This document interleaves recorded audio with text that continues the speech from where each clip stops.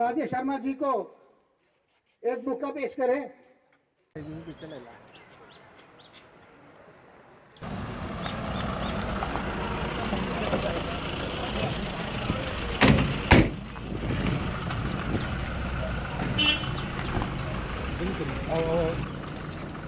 Treble बच्चा देखो treble लड़की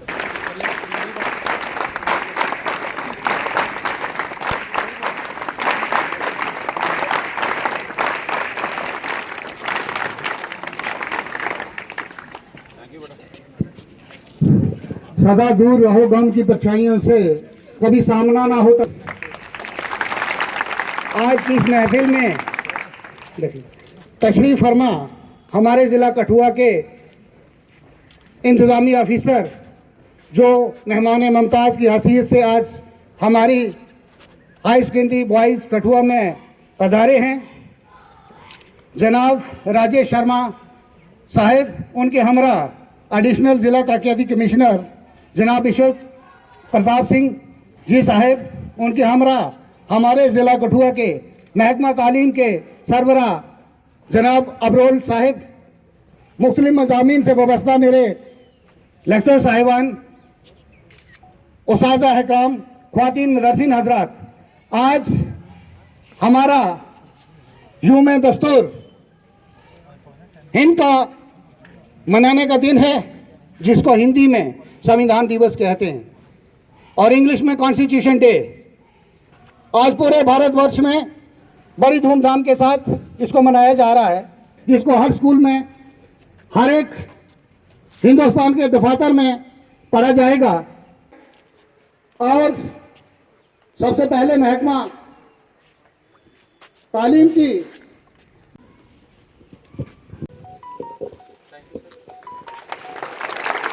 इसके बाद मैं सोनलाल जी से गुजारिश करूंगा कि वो हमारे एडिशनल जिला तरक्याती कमिश्नर श्री विश्वजीत सिंह जी को एक बुका पेश करें।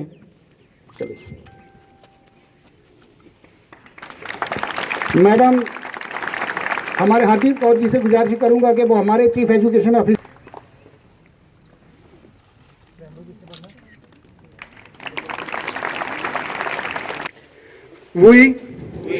The people of India, having solemnly resolved to constitute India into a sovereign, socialist, secular, democratic republic, and to secure to all its citizens justice, social, economic, and political liberty of thought, expression, belief, faith and worship, equality of state, and to promote among them all fraternity, assuring the dignity of the individual and the unity and integrity of the nation. Thank you. आज संविधान दिवस मना रहे हैं। भारतीय संविधान सिर्फ कानूनों की किताब नहीं है, बल्कि यह देश की आत्मा है। यह हमें अधिकार भी देता है और कर्तव्य भी। बाबा साहेब डॉक्टर भीमराव अंबेडकर जी ने कहा था, संविधान तभी सफल होगा जब लोग उसे ईमानदारी से पालन करेंगे। आइए हम सभी संकल्प लें कि संविधान का सम्मान करेंगे और एक जिम्मेदार नागरिक बनेंगे।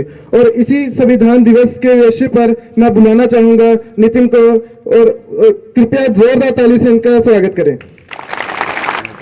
सुप्रभात आदरणीय मुख्य अतिथिगण, अध्यापकगण और साथ में मेरे प्रिय साथियों, मैं नितिन कलोत्रा इस विद्यालय की 11वीं कक्षा का छात्र आज आप सभी के समक्ष अपने विचारों के साथ उपस्थित हूं। आज मैं अपने विचारों को शुरुआत करने से पहले आप सभी से एक प्रश्न पूछना चाहता हूं कि वैसी कौन सी चीज है जिसे सिर्फ हम देख सकते हैं परंतु छू नहीं सकते। मान्यवर, यही प्रश्न सन 1947 से पहले एक कक्षा में किया गया था। अनेक विद्यार्थियों ने इसके अनेक उत्तर दिए। किसी ने कहा कि हम आकाश को देख तो सकते हैं परंतु छू नहीं सकते, और किसी ने कहा कि हम सूरज को देख तो सकते हैं मगर छू नहीं सकते। लेकिन उसी कक्षा के बाहर खड़े होकर पढ़ने वाले एक विद्यार्थी अपनी दबदबाई आंखों को लेकर खड़ा हुआ और पानी के भरे हुए गड्ढे की ओर इशारा करके कहा कि मान्यवर, मैं पानी प्यास से तड़प कर मर भी रहा हूं परंतु फिर भी मैं उस पानी के गड्ढे को सिर्फ देख सकता हूं मगर पी नहीं सकता। वह वही छात्र था जो भारत के संविधान के निर्माता डॉक्टर बाबा साहेब भीमराव अम्बेडकर जी थे। आज 78 वर्षों के बाद कक्षा भी वही है, सवाल भी वही है, पानी का गड़ा भी वही है, परंतु अगर कुछ बदला है तो वो ये है कि चाहे किसी भी जाति का छात्र हो, किसी भी धर्म का छात्र हो, वो सभी के साथ मिलकर बैठकर पढ़ भी सकता है, खेल भी सकता है, पानी भी पी सकता है, और इतना ही नहीं, इस देश के सर्वोच्च पद पर बैठकर एक आदिवासी महिला राष्ट्रपति के रूप में इस प्रगति का मार्ग प्रशस्त कर सकता है। जो ताकत दी है हमको हमारे संविधान ने। जब जब हमारे अधिकारों की बात आई है तब तब संविधान ने हमारी रक्षा की है। चाहे वो आईपीसी की धारा 377 से जूझ रहे पर लिंगन समाज के लोग हो, श्रीकांत बोला जैसे दिव्यांग जनों के लिए शिक्षा के अधिकार हो, महिलाओं के लिए दहेज प्रथा का बोझ हो, संविधान ने हमेशा हमारी रक्षा कर हमें एक सूत्र में बांधने का काम किया है।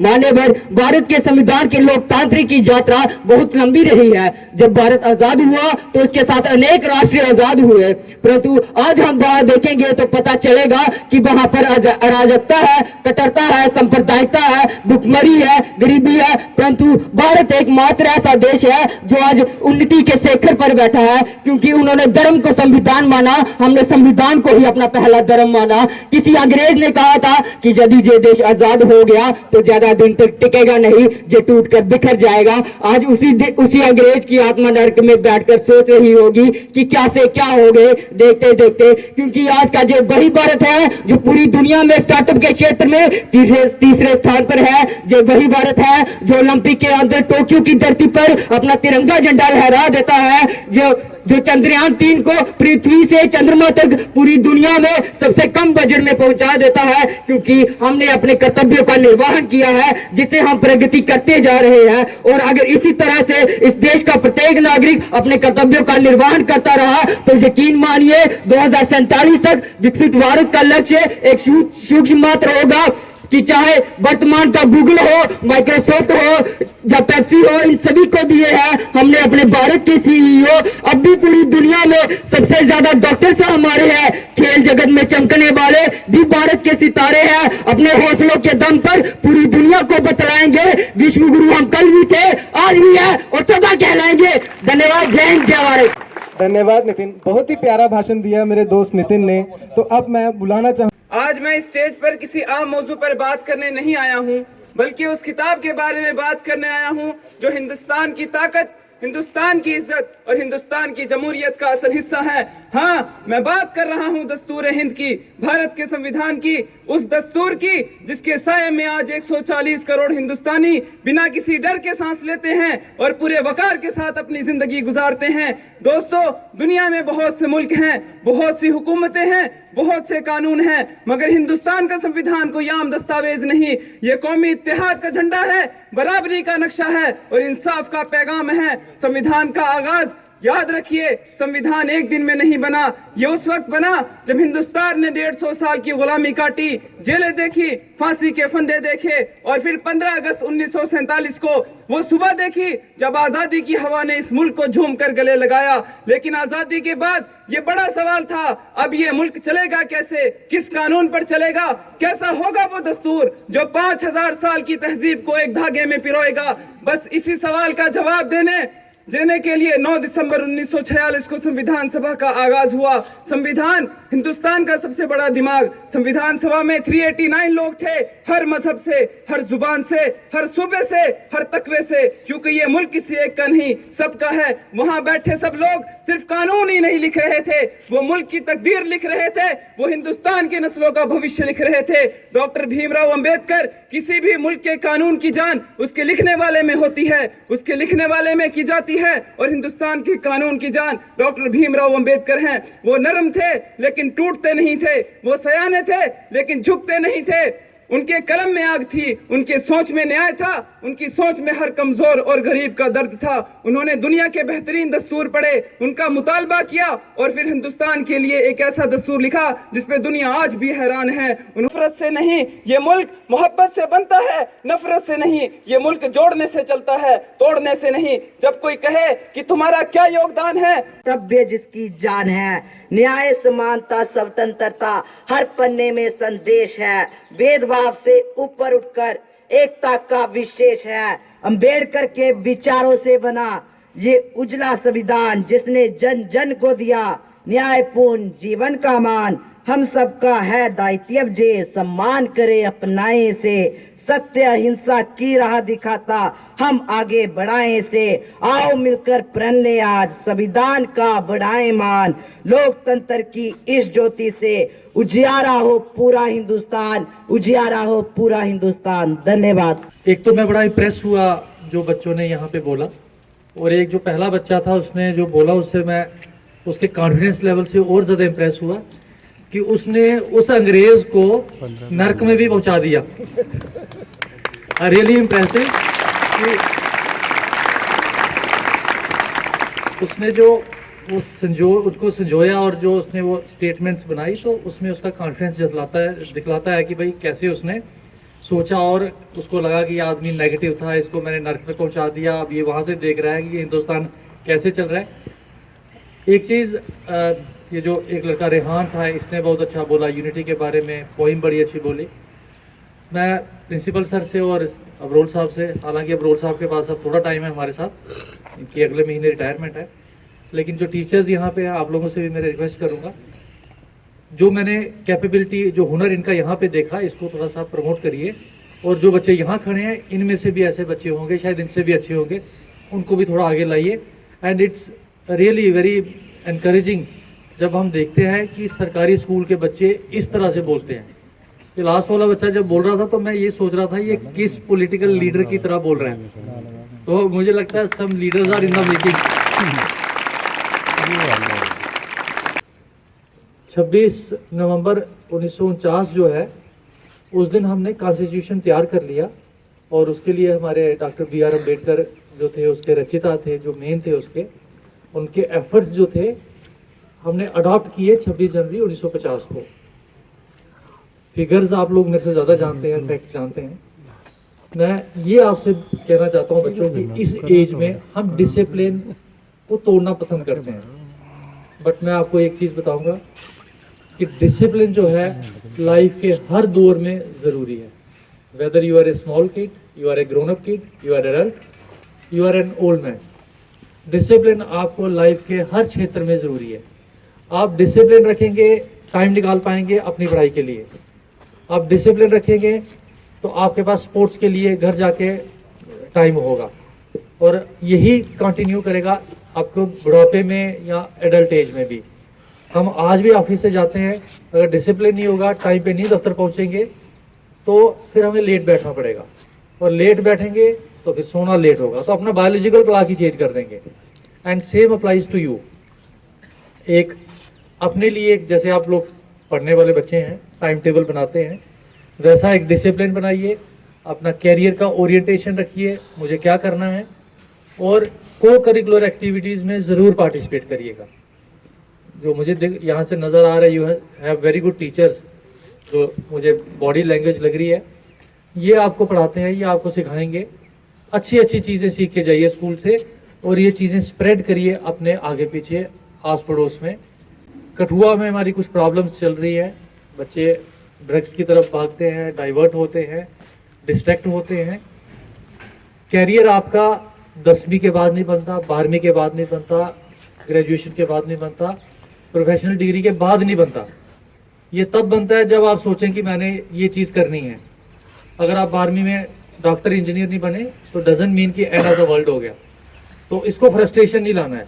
आपने एस्पायर किया कि डॉक्टर बनना, बनिए, मेहनत करिए, नहीं बन पाए तो कोई बात नहीं, sky is the limit, you have many other options. आप डॉक्टरी नहीं कर पाए, ग्रेजुएशन करते हैं, आप ग्रेजुएशन के बाद बैंक PO एग्ज़ाम है, आर्मी के एग्ज़ाम्स हैं, IAS KS है, KPS है, ढेर सारे एग्ज़ाम हैं। आप ये मत सोचिए कि मैंने टारगेट किया, अब मैं 2 नंबर से रह गया, अब मेरा जीवन खत्म हो गया, नशे की तरफ बढ़ता हूँ। नहीं, वैसा नहीं है। जो 2 नंबर से आप रह गए हैं उन 2 नंबर को हासिल करना है। जो अगले एग्ज़ाम्स हैं उनमें आपने वो अचीव करना है।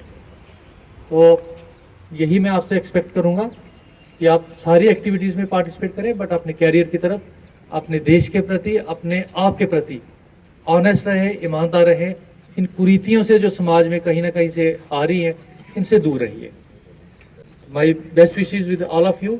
और आपने ये इतना अच्छा फंक्शन किया यहाँ पे, मुझे था कि हमने सिर्फ प्लेज लेके जाना है, लेकिन मैं थैंक्स करता हूँ जो स्कूल की एडमिनिस्ट्रेशन है, मैनेजमेंट है, and under the supervision of हमारे अब्रोल साहब.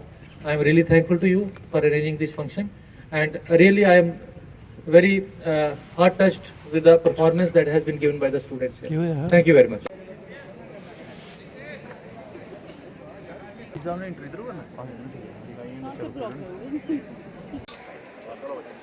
भारत माता की जय, भारत माता की जय, मातरम मातरम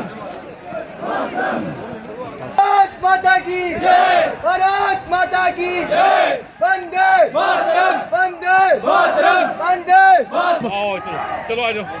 भारत माता की जय, भारत माता की जय, वंदे मातरम, वंदे मातरम, भारत माता की मातरम, भारत माता की जय, भारत माता की जय, भारत माता की जय, वंदे मातरम, वंदे मातरम, वंदे मातरम.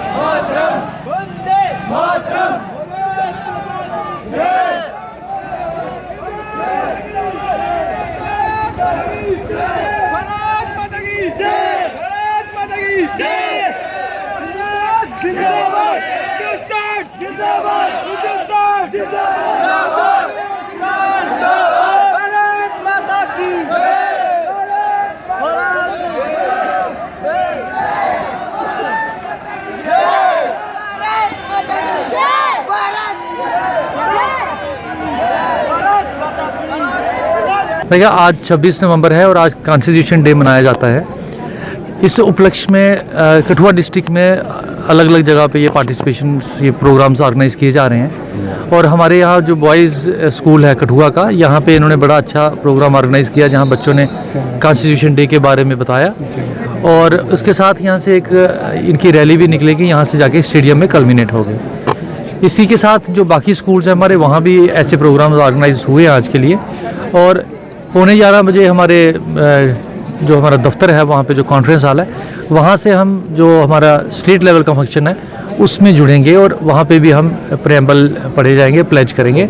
तो ये जो 26 नवंबर 1949 में जब हमारा कॉन्स्टिट्यूशन तैयार हुआ था, उसी की सेलिब्रेशंस जो है उसके उपलक्ष्य में ये प्रोग्राम ऑर्गेनाइज किया गया है. क्या देखते हैं सर आज के दिन, जिस तरह देखा छोटे छोटे बच्चों को आज के दिन के बारे में पता है, प्रेम्बल बच्चे ने पढ़ी, काफ़ी अच्छे तरीके से जो है पढ़ी, तो किस तरह देखते हैं कि सरकारी स्कूल के बच्चों का स्तर जो है अब बढ़ता नज़र आ रहा है? जैसा मैंने बच्चों से भी एड्रेस करते हुए बोला कि मैं बड़ा इम्प्रेस हुआ जिस तरह से इन बच्चों ने बोला.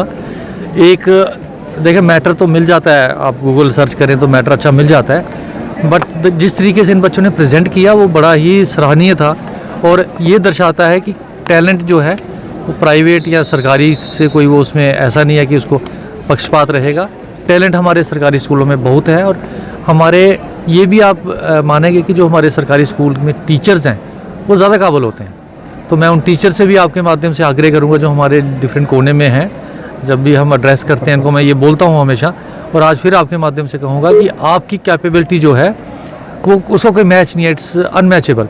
तो आपको इन बच्चों को ऐसा पढ़ाना है जैसे आप अपने बच्चों को पढ़ाते हैं, और तभी हमारे सरकारी स्कूल के बच्चे अच्छे आएंगे. और आ भी रहे हैं. जब आप देखते हैं हमारे 10वीं या 12वीं कक्षा के एग्ज़ाम, उसमें जब रिज़ल्ट आते हैं तो ये बच्चे बड़े अच्छे टॉपर्स में आ रहे हैं सरकारी स्कूलों के.